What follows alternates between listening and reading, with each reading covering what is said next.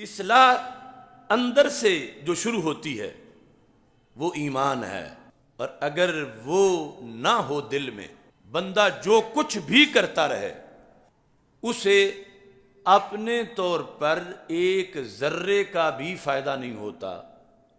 کتنا اچھا اس کا بظاہر خلق ہو، کتنی اچھی عادتیں ہوں، لیکن دل میں کفر ہے تو یہ بھی ایک اندھیرا ہے۔ لوگ کہتے ہیں وہ ہے تو قادیانی مگر اخلاق بڑا اچھا ہے، وہ ہے تو انگریز مگر وہ کسی کو ٹھیس نہیں پہنچاتا۔ تو یہ سوچنا چاہیے جو سرکار کے دل کو ٹھیس پہنچا رہا ہے سرکار کا کلمہ نہ پڑھ کے یا سرکار کی نبوت سے بغاوت کر کے، تو وہ کوئی چھوٹا جرم ہے۔ اس بنیاد پر سب سے بڑی اور پہلی اصلاح معاشرہ ایمان کی دعوت، عقیدے کی صحت اور مسلک کا بے غبار ہونا ہے، جو کہ قرآن مجید میں سب سے پہلے اسی پر ان الفاظ کا استعمال کیا گیا۔ اب منافقین کو جو کہا جا رہا تھا لا تفسدوا فی الارض، تو برائیاں تو بہت تھیں، لیکن جو لا تفسدوا نے کہا گیا کہ فساد نہ کرو، تو کیا وہ راتوں کو ڈاکے مار رہے تھے؟ کیا وہ عزتیں لوٹ رہے تھے؟ کیا اس وقت جس چیز کی بنیاد پر انہیں لا تفسدوا کہا گیا، کیا جو معاشرے کی دوسری بیماریاں ہیں ان کی وجہ سے کہا گیا؟ وہ سب کچھ ضمناً تھا۔ سب سے پہلا ان کا فساد یہ تھا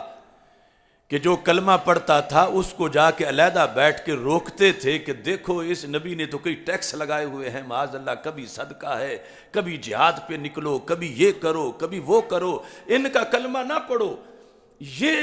خود کلمہ پڑھ کے اندر کفر چھپا کے پھر لوگوں کو سرکار سے ورغلا کے دور ہٹانا، اس عمل کو رب نے کہا فسادیو فساد نہ کرو، لا تفسدوا فی الارض۔ یہ فکری آوارہ گردی، یہ اعتقادی دہشت گردی، یہ اس معاشرے کے اندر جو ان کا ناموس رسالت کے لحاظ سے، اس دین کے لحاظ سے لوگوں کو جو مس گائیڈ کرنا تھا، اس کو اللہ نے فرمایا لا تفسدوا فی الارض، زمین میں فساد نہ کرو۔ اور وہ کہہ رہے تھے انما نحن مصلحون، ہم تو اصلاح والے ہی ہیں۔ تو اس بنیاد پر جس معاشرے کے اندر نظریہ بک رہا ہو، عقیدہ فروخت ہو رہا ہو، افکار صحیحہ کو زنگ لگ رہا ہو اور اعتقاد کی بستی اجڑ رہی ہو، تو سب سے پہلا اصلاحی پیغام اصلاح معاشرہ، اور اصلاح معاشرہ کی پہلی تقریر وہ ہے جس کو قرآن نے پہلی تقریر قرار دیا ہے۔ توحید و رسالت کا نعرہ دنیا میں لگانے نکلے ہیں، اللہ